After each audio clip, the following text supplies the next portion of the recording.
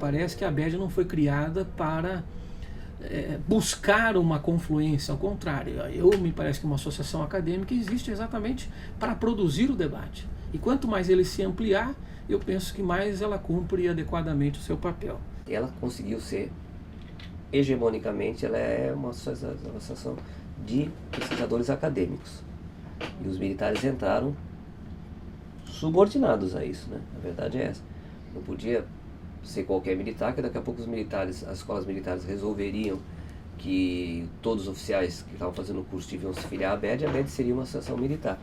A ABED reflete um quadro importante, é uma comunidade ainda restrita, mas ela reflete como se amadureceram as questões de defesa, relações civis militares, enfim, no Brasil. E a ABED, eu não tenho dúvida, é uma referência chave.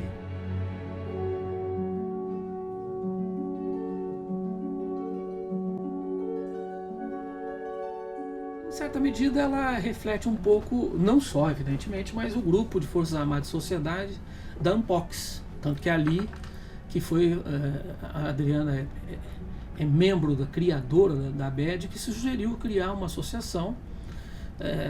Deve-se acreditar isso a Manuel Domingos Neto, ele foi o propositor dessa associação. Como não tinha o grupo na ANPOX, nós estávamos meio desarticulados na área, né? Aí, como o Manuel Domingos, professor da Universidade Federal do Ceará, foi ser vice-presidente do CNPq, ele percebeu que como é que é feita a política científica no Brasil. Você não fica esperando os editais, você cria os editais, você cria. Então, ele percebeu que a área nossa só poderia surgir se ela tivesse uma associação. A primeira dificuldade maior era firmar a instituição, né?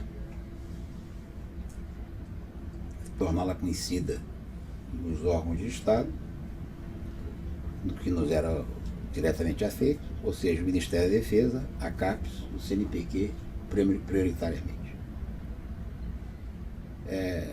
Ficar, se possível, conhecida também internacionalmente, mas antes de mais nada era preciso solidificar a sua importância institucional no Brasil. A associação ela foi feita com base em 3 pessoas que eram da geração dos pioneiros, né?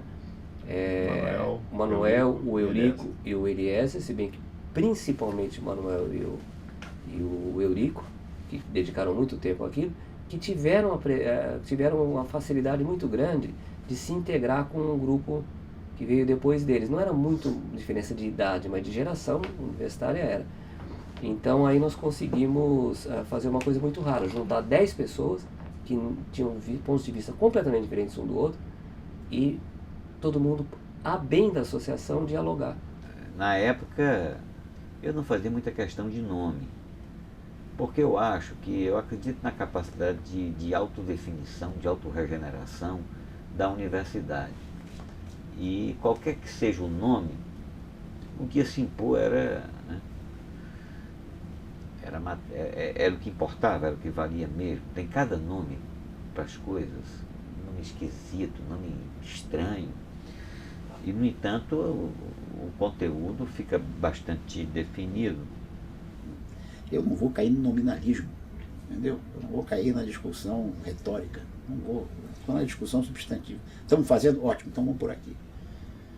Agora, eu acho que o campo, ou melhor, usando a terminologia da CAPES, do CNPq, a área, né, é de estudo estratégico, onde você tem esses 2 objetos interrelacionados, organicamente interrelacionados, interfecundantes, que é a defesa nacional e a segurança internacional. E todos os outros subtemas se referem a esses 2 objetos. Estudos de defesa muito mais remete a muito mais a reflexão acadêmica do que o estratégico. Porque o que é o estratégico, efetivamente, em termos de concepção militar? Se não um estudo dos fins, da conciliação entre as finalidades e as capacidades e os meios. Aí ele procurou alguns professores para ver se alguém topava fazer aquilo que era ser o primeiro presidente da associação. Eu não topei, acho que o Celso também. Ele procurou algumas pessoas, ele era uma pessoa muito política, ele fazia todo esse trabalho de bastidores, e tinha também o professor Eurico. O Manuel Domingos e o professor Eurico Figueiredo da Federal Fluminense, eles eram da geração dos luminares, pode-se dizer. Aqueles que estudavam os militares quando ninguém estudava, tinha 5 ou 6 pessoas. Mas eles tiveram uma importância fundamental, porque eles perceberam que também tinha que surgir, o mesmo processo tinha surgido na Ampox, surgir uma comunidade epistêmica e não nenhuma associação vive de luminares, não existe isso. Na verdade, ela é a proletarização, né? A associação é a proletarização da coisa, todo mundo que está pesquisando. Então aí no fim eu acabei aceitando. Em 2005 ela é de fato criada, eu fui secretário executivo na primeira diretoria, era uma diretoria provisória sob a presidência de João Roberto Martins Filho. Ali que era aquela fase ainda, inclusive, de definição jurídica dos marcos e como que se organiza uma associação. Durante um ano houve então essa diretoria provisória, depois ela foi eleita. Então essa primeira diretoria foram 3 anos. Em termos de João Roberto, depois do Eurico, depois do Samuel, eu participei dessas conversas todas. Então, sem participar da direção da ABED, eu participei desse esforço. Eu tive a honra de ser o primeiro a fazer a conferência de um encontro, que foi a conferência inaugural em São Carlos. E a gente criou uma relação de confiança e conseguiu fazer 3 gestões. Eu, depois o Eurico, depois o Samuel. Aí a associação já estava consolidada. Nós estamos hoje com 600 trabalhos apresentados. Tínhamos 80, 90, em pouquíssimo tempo. E vamos ter mais. A gente é meio colonizado, fica se comparando, mas aqui, para achar um país que tem uma associação que nem a ABED, eu acho que é difícil.